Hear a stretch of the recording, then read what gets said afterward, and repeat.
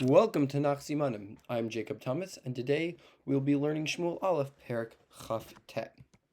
This big perek begins after David joined the Plishti camps, and now the Plishtim are beginning to have a war with Bnei Israel. In this war,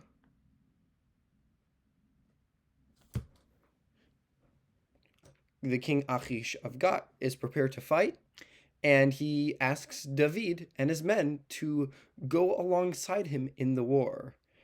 And David has to pretend that he's willing to go along with fighting his own brethren.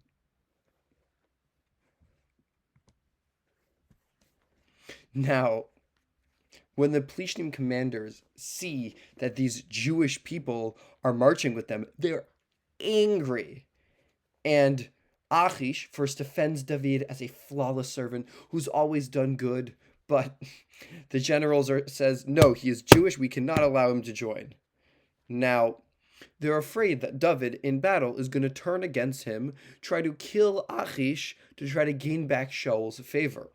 Because he's the one that they sing the song, Shaul has slain thousands and David has slain tens of thousands. This leads to a forced dismissal of David and his army. And Achish swears that David has always done good for him, but he has to do this to avoid mutiny, leading David to go peacefully to Ziklag. Now, in heading home, David pretends to be very mad that he couldn't fight his fellow brethren. But in reality, it was a miracle from God that saved David from this impossible choice of either fighting his own people or breaking his cover. At dawn, David and his men return to Ziklag, while the Plishtim go to Israel. The four key points of this perek are: David marches with the enemy to attack Israel. The commanders object David fighting with them. Achish apologizing to David, and David returning home. We're in perek chaf tet, so just like Zichru, we use a cot. Chaf tet, cot. The Plishtim throw away the cot as David was laying on it. This reminds us how David was with the Plishtim. He was on a cot with them, but the Plishtim, because he is going to fight a war with them, who are fighting Bnei Israel, but because they're afraid that David is going to turn against them, they throw him away and refuse to fight with him, leading David to go home back to Ziklag. So one more time with the simon. The Plishtim throw away the cot as David was laying on it. We're going to do a 4 perek back. Chazar, starting with perek chaf hey. Abigail stops the angry David from popping the balloons at their 25th anniversary dinner. This reminds us that David wanted food from Naval. He said no, so David was really mad, was going to attack Naval, and Abigail stopped him in the path. David comes down, Abigail tells Naval dies, and then Abigail marries David. Perek chaf vav, where we use a military coup. David sneaks past the military coup to steal the king's spear and jar, proving that he spared his life. This reminds us how Shaul was trying to kill David again. They all of Shaul's people go to sleep. David was able to sneak past, is about to kill the king, then instead just takes a spear and jar and wakes up the king, telling him, look, I could have killed you. Perek chav zayin, in which we use a kazoo.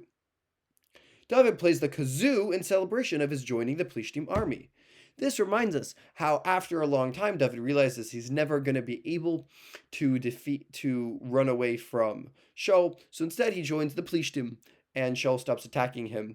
And he's invited in open arms, and he does a double life of pretending to destroy Jewish cities when he's destroying Plishtim cities, and coming home pretending that he's a traitor to his own people. Kaf chet, in which we use a really strong man. The really strong witch pulls the spirit of an old man from the grave for King Shaul. This reminds us how Shaul's about to attack the Plishtim, and Shaul then goes to a witch to try to converse with Shaul, because God has stopped talking to him. Shaul is pulled out, gives one last prophecy to David HaMelech, leading Shaul HaMelech to be really scared.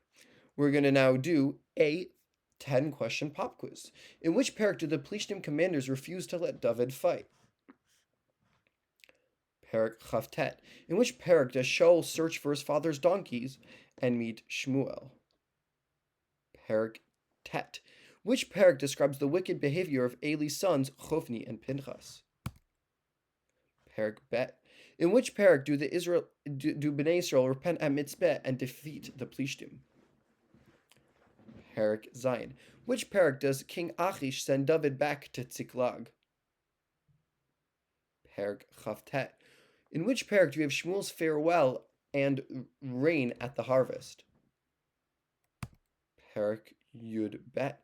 In which perek does David marry Michal? Perek Yud Chet. In which perek does David skip the Rosh Chodesh feast? Perek Chaf. In which perek does David spare Shaul at Ein Gedi? Perek Chaf Daled. In which perek do we have Shimshon's 300 foxes? Perek Tet Vav. That is it for today. May we be zocha to finish all of Nach, one perek at a time, and remember it day after day. Have a wonderful day.